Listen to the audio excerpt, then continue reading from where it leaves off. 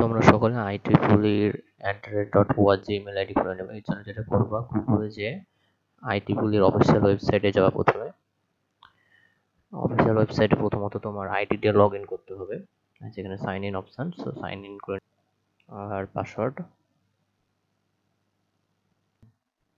Sign in করার পর যেটা করতে হবে, তোমার নামের উপরে ক্লিক করবা, এর ভিতরে মেম্বারশিপ ইনফরমেশন এখানে যাবা।